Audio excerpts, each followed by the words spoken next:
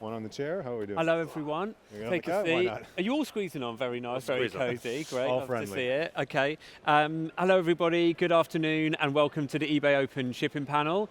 My name's Tom. I'm the Seller Success Director at eBay, and I'm thrilled to be joined here today by InPost, Evri, and Royal Mail, all sat together on one couch. So this is quite a momentous occasion. I expect most of you in the room are customers of one of these businesses or another. So we're really looking forward to hearing from them today. We're going to be talking about how each of them are preparing for peak season, what they're doing to deliver the best possible experience for buyers, how they're working with eBay to support you all, our sellers, and lastly, we'll be looking ahead to the future of shipping, so stay with us if you want to find out what the future holds. We'll leave time for questions at the end, so please do pop them into the eBay Open app. If you go into the agenda for eBay Open and click on the shipping panel, you should be able to ask your questions in there. Please also be aware that we're holding this panel under Chatham House rules, so please don't share anything that you hear today externally. This should mean that we can have a really rich and interesting discussion, and if not, then the bar's opening in an hour, so you can look forward to that. But before we get into all of that, I wanted to ask you each to introduce yourselves and just tell us who you are and where you work, so starting with you, Neil. Good afternoon, everybody. I am Neil Cushel. I'm the CEO of InPost in the UK. I was with DHL Express for 20 years, then quite a fun tech startup that we took global, and then I joined InPost 18 months ago. Half of you in the room will have heard of InPost, some of you may not. We're still in that world of new to the UK market in many ways, but we are a locker first business that is here to try to deal with the changing way in which the UK's consumer and seller is dealing with their parcels.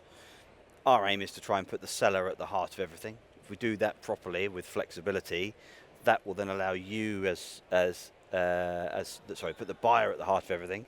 If we put the buyer at the heart of everything, you sellers will sell more. And then if we can be flexible with sellers to do pickups and drop-offs and everything that fits into your life, then the whole thing works out well. All right, thank you. David? Hi, everybody. Thank you for having us here today. My name is David Sines. I'm the Chief Commercial Officer at Evri. Joined the business about 4 years ago. Prior to that, I had a life in startups, so did technology startups in the restaurant space, mobile payments, and last mile delivery, which we sold over a number of years in the 2010s. And because of that final one in last mile, I was sort of logistics adjacent and got introduced to Evri, where I've joined to lead sort of the development of all of our products and commercial lines.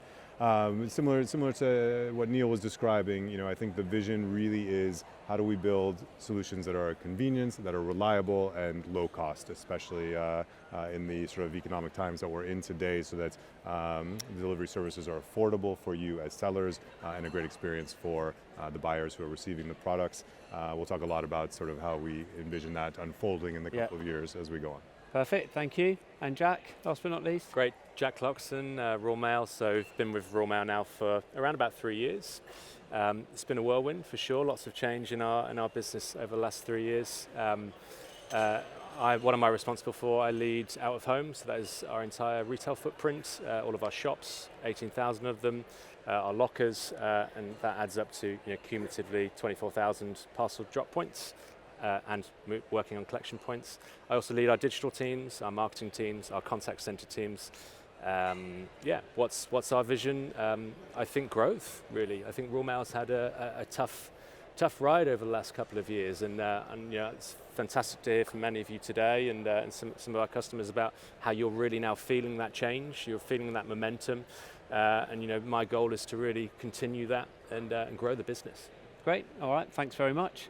So just getting into the first question, so let's get started with a challenge that's right around the corner, peak season. It's always a busy and can be a stressful period for our sellers. So I'd love to hear from each of you about your preparations. David, maybe starting with you. How are you preparing for peak season this year? What are you doing to ensure parcels are delivered on time? It goes without saying the success of the entire year is really judged on whether peak goes well. That is true across the entire business. So we begin our peak preparation now in May. So we've accelerated it 6 months to make absolutely sure that we have all of the resources in place. Each year we will invest between 35 and 40 million pounds just for those 3 or 4 weeks of the core peak season to ensure that we deliver. And that is an exercise that has become even more pronounced in the last 5 years. We've grown from about 300 million parcels 5 years ago to this year we'll outturn just under 1 billion. So with that kind of scale and that time frame, it's all the more important ready for peak. So that 36 million as the current expectation for this year will go first and foremost to a third tier in our super hub in Barnsley to expand overall hub capacity. That will allow us to process well over 4 million parcels a day during peak and make sure that we support all of you and your businesses. There will be lots of smaller investments throughout our depot network. We've opened a new depot in Belfast to ensure great service in Northern Ireland as an example this year. And then the final mile piece is of course the other part, the part that really starts from May. So we will grow from 20,000 couriers to 28,000 couriers by peak. And to do that scalably, we recruit them super early so that they know how to work within the Evri world, they're familiar with the app, and we get great service out of them when it comes to peak. Great, thank you. How about you, Jack? How are you preparing to support sellers over peak? Yeah, so maybe I'm a tiny bit biased. You know, we've been delivering for 500 years. I think Royal Mail is Christmas. You know, we've been delivering parcels and 120 million Christmas cards for all of you, families. You know, it's an amazing operation that I'm very proud of and very proud to be a significant part of. I'll come to some of the specific numbers in a moment as to what we're doing. But I think the first thing again to say is, we've really doubled down on the business from an operational perspective, but also from a commercial perspective. So we're ready, and you can trust us, and we're really looking forward to showing you that at Christmas. So some of the numbers. So we had, from a people perspective, we had 20,000 heads into the business for peak alone. We also all operate from a central team perspective, so 3,000 more heads. I was in the operation last year for 5 days. That was good fun. I learned a lot about the business and how we do things, what's important to our operators, what's also most important for our customers. So that's people. Trucks, so we have an additional 6,000 vans that we add to our already 40,000 on the road. So it's a huge operation, and it's a massive effort, right? Like, I've never seen a business mobilize as much as Royal Mail. It's a huge, huge task, and we're up to it. All right, okay, thank you. And how about you, Neil? So as the relatively newer carrier on the panel, what strategies are you using to handle the seasonal spike, and how do you go about differentiating compared to other players? Well, it's quite hard not to differentiate because we're the new kids on the block. A year ago, InPost was 140 people in the UK. Right. October last year, we acquired Menzies Distribution. Yeah. And then in May of this year, we acquired Yodel. And then we've been on an aggressive path where we've now merged those two businesses together. So we've combined the two networks, one label, one network. We've taken on a third hub, so we now have 58 depots. And we have basically created our peak now. Yeah. We're a locker first business, and we'll always be a locker first business, and that makes us slightly different. Yeah. So we have bought and acquired and merged those two businesses together so quickly in order to make sure that everything is ready, not just for this peak, but actually to allow us to scale and grow over the next 3 to 5 years. Yeah, okay, great, thank you. So I think everybody here today is striving to create a good experience for buyers, because we know that happy buyers are more likely to return to their seller and to the site. It'd be great to hear about how each of you are raising the bar in terms of the buyer experience. So maybe starting with you, Jack, from a Royal Mail perspective. Yeah, sure. So like the guys have said, I think it's a hugely important thing that we can deliver to you as sellers. My belief is you're only as good as really your delivery company, and therefore your expectations of us we take very seriously for your buyers. A couple of things to call out as to what we're doing. Out of home has been a real big 12 months for us. It was only really 2 years ago that our strategy was literally trust at the doorstep. And I just do want to say before I go into it, that is still a core part of our business. Home delivery will remain a core part of our business and is a part of our business. This trust element, we've got 90,000 posties who deliver every single day. You know them as sellers, but you also know them actually as individuals. And what you potentially know the name of your posties. We hire these people full time, and that is trust. right? They know your customer, they know where to leave your parcel in a safe place, whatever it might be. And I think that is a real USP for us as to how your buyers and how you can trust us to deliver for you. So back to out of home. We've really significantly expanded. We've gone from 11,500 post offices this time 18 months ago to now over 24,000 parcel points. We've got, this is choice for your customers, for your buyers. We've got 2,000 lockers now. You may have seen yesterday we announced Royal Mail Shop, which is 8,000 Collect Pluses, which is a really significant moment for us, but also the high street. So we are really pushing that convenience, and that out of home market is a really significant part of our business moving forward, and we're willing to invest in that. So that's exciting. Okay. One more, if I may, if another thing.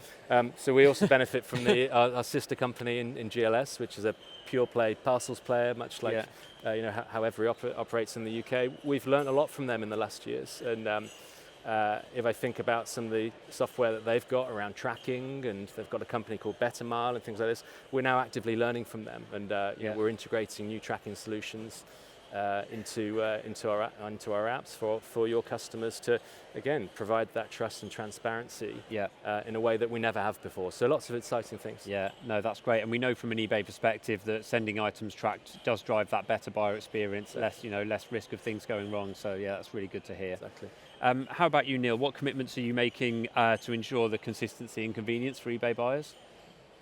Well, lockers are different. Yeah. I joined, we're Chatham House rules here, so don't tell my bosses. When I joined 18 months ago, originally it was about doing some consultancy. And I was like, I'm not sure I really believe in lockers, if I'm honest, right? I've been around DHL for years, and you're like, well, when I started talking, I was like, oh wow, be polite. I was like, we're past the pivot point. The inflection point is already here. At that point, we were 6,000 lockers. Now we're 11,000, approaching 12,000. We're getting 100 plus lockers in the ground every week. Lockers are always there. They're 24/7.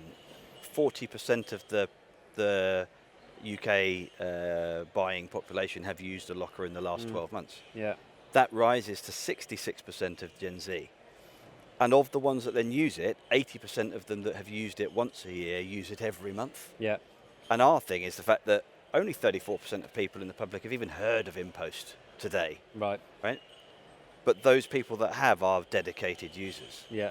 As we now move into this new world where we've acquired Yodel, we bring it all together, we merge, the vans start to be rebranded, everything happens.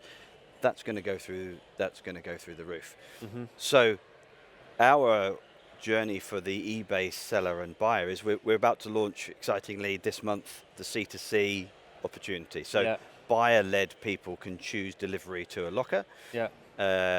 And that will be a bit of a game changer, I think, for the eBay consumer. Yeah. We then follow that up soon with the B2C side of it. So the B2C sellers will be able to sell to consumers who want it into a locker. Yeah. And then at that stage, we'll be able to then do pick up from your, let's say Monday's your busiest day and you want us to come in and pick it up from your door. Yeah. We'll do that. But let's say Tuesday, Wednesday, Thursday, smaller volume, you want to drop it at a Pudo or pick up store, we can do that. Yeah. The other part is that in the UK, out of home is perceived as store. Yeah. The thing is 75% of people that use a store for pick-up or drop-off say if there was a locker there, they would use it. Okay. Because actually, it's often not a very enjoyable experience, either for the store owner or for the consumer, queuing up behind somebody, buying Mars bars or milk and all that kind of stuff. So actually, lockers will end up taking over that store part eventually. Okay. And that's what we've got to do. The Trustpilot on lockers is 4.8. The only negativities are always there isn't one close enough or it's full. Yeah. Both of those being buying signals. Yeah. So our job is to get as many lockers as close to people as possible, because the main reason people use a locker is convenience. Yeah. The main reason people don't use a locker is also convenience. Yeah. If there's one there, you'll use it. Yeah, no, that makes sense. All right, thank you. David, what about you? What are you doing to improve buyer satisfaction with Evri? So in addition to that sort of 40 million investment in peak every year, we invest another 60 every year in exactly this topic. Yeah. How we make the experience better for our customers. That will cover a whole range of items, but to give a few examples, a really important piece is improving the buyer experience in the app. A good example would be We are rolling out a countdown so that the recipient of the parcel can see with real granularity how much closer the courier is getting. Yeah. They can be ready to receive the parcel. That in testing alone improves NPS scores by 15 points. It's a really, really powerful tool.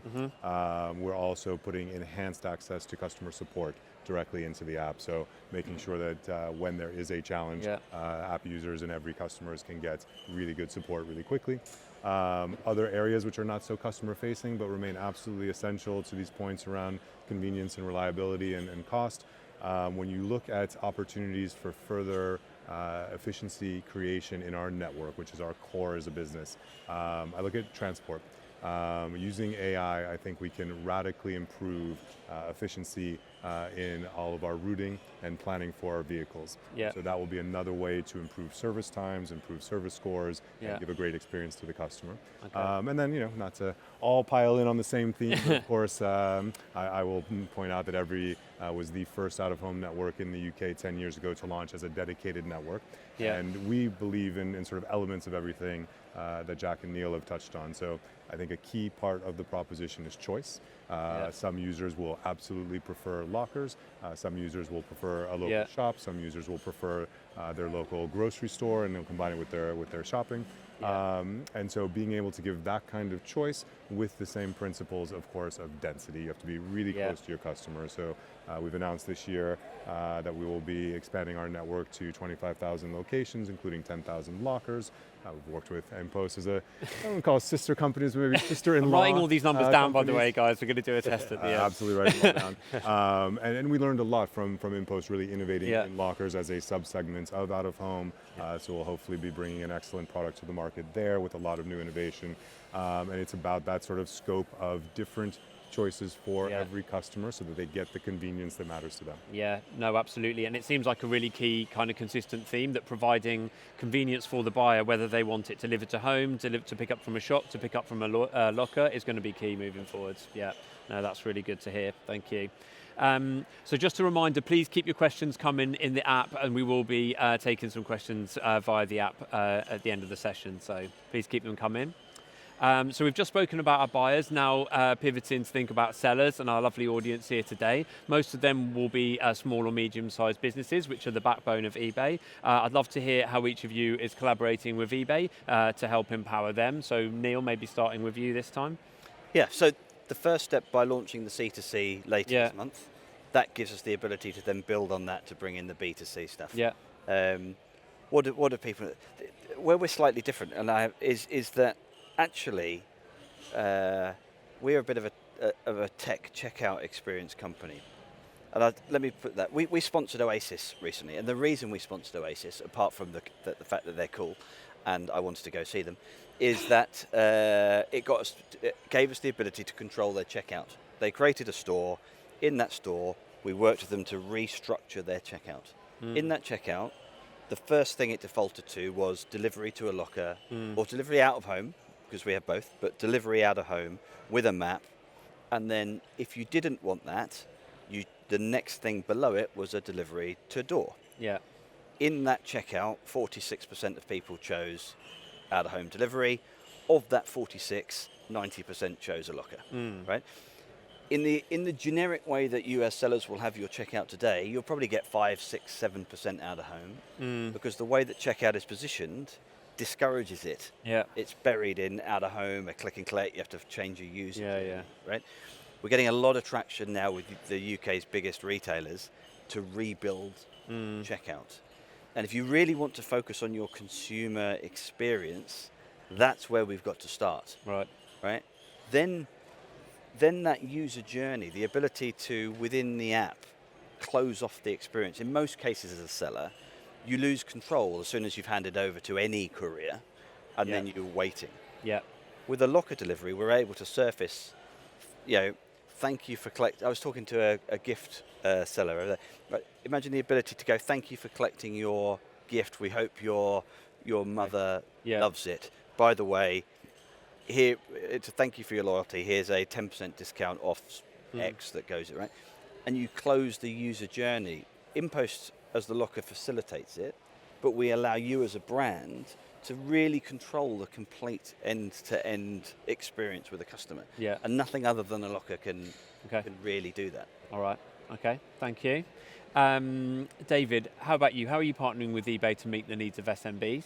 Well, most literally, we are partnering together on eBay Smarts, which I'm really excited to roll out. So that will be a joint venture with eBay, Evri, and Hub Europe to bring as many elements of enhanced solutions for SMEs, small businesses together as we can. But beyond that, more broadly, the investment we're making behind it for these types of businesses, small family-owned businesses, will be, I think you can think of it in a couple of ways. It's operationally and commercially. So operationally, first and foremost, in my experience, it's about collections. That is the one piece of the puzzle that is fundamentally different in giving a great seller experience operationally versus a larger corporate where they'll have a different sort of setup and injecting directly into our network. So making sure that the van collection is on time, consistent with a driver and a really positive experience is essential. To that end, we're rolling out a new van management system, which will allow our small business customers to book directly on that system, really smooth out, making sure the collection is set up properly, track their collections, be able to have visibility that they don't have currently. So we're very excited about that.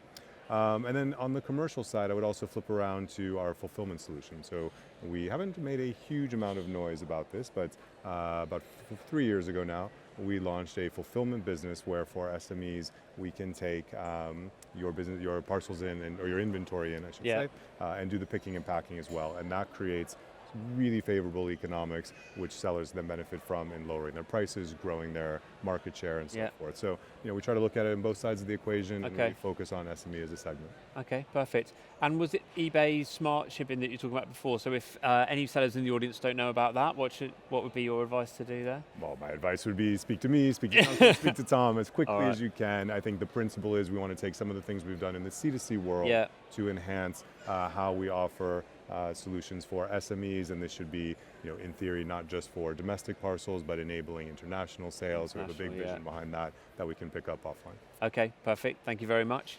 So Jack, you already serve thousands of SMBs on eBay. How are you evolving to make it easier for them to thrive? Yeah, indeed. And there's a couple of, again, without mirroring, a couple of answers here, which is consistent around collections. We're working on that. Our out-of-home footprint and choice, we're working on that. I think the first thing to say from my perspective is you're right, small, medium enterprises are the backbone of the UK. I feel very passionate about it, particularly in my role. My leadership and commitment to this team here is to keep really fighting the fight for all of you and pushing that forward in Royal Mail as a whole and all of the focus there. I think it's important to also just recognise some of the things we're doing. So we're looking at this collection piece. Again, we are committed to improving that. We're committed to the choice around provided, depending on the size of your business, providing you more options, whether that's you're actually dropping into a shop or whether we're actually collecting from you. That is something that we're really working on. eBay, our partnership is growing. You're one of our biggest customers, which is fantastic. We're in active discussions about how we can move that relationship forward in the future and provide more choice to all of you as well. So lots in this space, and really looking forward to announcing that when the time is right. All right, thanks, Jack. So I'm just going to check. So I have my lovely assistant here. Do we have any questions through the? Yeah. Do you want to bring it up? Oh, we have a lot. Well, we don't have a lot of time, so we'll have to be a bit selective. Let's see. Okay, what we've got here. Okay. Okay, so let's go. Let's try and keep these answers relatively quick because we've only got about 5 minutes left. So Jack, one for you. With the acquisition of Collect Plus, how soon do you expect it to be rolled out? Are there any plans to expand the lockers? We have none in our area and very limited drop-off options. Brilliant. So look, really exciting announcement yesterday for us. The good news is that actually we're already in 8,000 just about Collect Plus stores today. So it's not necessarily an immediate expansion. I think we have options for expansion. Collect Plus have 13,500 shops. That would give us an option. I think the trade-off of us is, how much cost do we want to put into the business of collections versus actually, the volume that we get in any shop. So as soon as we see demand in a particular area, there's a choice, and there's a choice on whether that's a locker, whether that's actually an additional Collect Plus. Now, the announcement yesterday was a big one. You may not have seen it, so let me tell you. So we are very proud to create a new high street brand called Royal Mail Shop. This is, I think, great news for the UK in general. You will see this branding across the whole of the UK moving forward. So my message here today is, don't just think post offices for Royal Mail. Think Royal Mail shops. Think lockers. This is a really exciting change to our business. And if there's not a locker near you or a Royal Mail shop near you at this moment in time, keep your eyes peeled, because we're really investing in that and pushing forward with it. All right, thank you very much. David, one for you. With the merger of DHL, are you planning to combine the networks and maybe offer a letter solution? Yep, so great topic and great question. If everyone else gets to talk about their acquisition, so we actually literally completed that acquisition today. It was announced back in May, and we've now had CMA approval and completed. So we're really excited about it. You can think of probably 4 areas where we will now be able to offer a lot of new products that should be really relevant to SMEs and to eBay merchants. So first is heavy items, so that network is built for larger items that Evri is not built for. So to the first piece of the question, no, we will not be combining the networks. We will continue to run it as a separate network. What we will combine is collections. So we can then go to any given customer, pick up their regular, or what we would call regular size parcels, their heavier parcels, any high value items they have, and mail all together, and then we'll route it into the correct network that has been built to deliver great service for that product. So I think I've touched on it. Some of the key products that we'll be rolling out together, heavier parcels, high value items is a really important one. We haven't built a network with built-in security checks along the way. DHL have, so that's a great solution. And then of course international, along with mail, are the 2 pieces that we will now have access to the global DHL network to leverage. So for outbound out of the UK, which post-Brexit, we're now finally getting to a place where some of the regulations are much more manageable. It's not nearly as intimidating for small businesses to expand their footprint, to expand their revenue by selling internationally. We'll be able to facilitate that really nicely, I think. Perfect. Okay, thank you. Sounds like exciting times ahead. Indeed. Neil, one for you. So we've talked a little bit about how business sellers might increasingly want to, I guess, get parcels into the locker network. Is there any plans to permit multiple packages to be dropped into one locker? There are both multiple parcels and for drop-off, and multiple parcels for collection at the same time. So we've got 63% of the population within a 7-minute walk now. We've got 12,000 lockers in place. I'm delighted these two have finally realised that lockers are the way forward and committed to get some in eventually.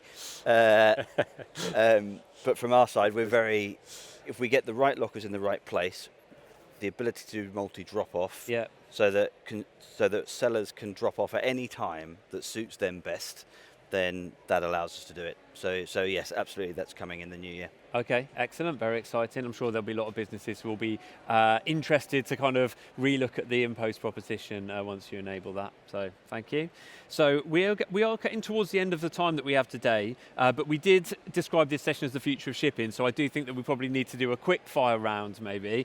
So we've heard a lot about how AI is enabling change and efficiencies. Maybe if you could tell me, starting with you, David, could you just tell me like one thing that you're doing, one kind of use case for AI that's helping to improve your business and to make it better for your customers? So I think I touched on it already, but just to re-emphasize, there's a certain amount of efficiency you can create through sort of human modeling and thinking, being able to take that to the next level and doubling down on our core value as a company, which is cost leadership that we then pass on to you as buyers, and you pass on to your customers in the form of better rates on shipping. I think is going to explode via AI. So the one example I gave on transport would of course be mirrored in warehouse operations and other parts of the network. So it's not just about sort of rote, low-level admin work that can be automated. It's how do we take our strategic planning to the next level to create that next wave of efficiency. Great, thank you very much. Jack, how about you? So as I mentioned 6 weeks ago, I took on the contact centres of Royal Mail, and it's tough, right? And I think maybe some people here feel that. One of the use cases for me around AI is actually back to the very basics where this started around 18 months ago, really about actually, automation in how we serve customers, Yeah.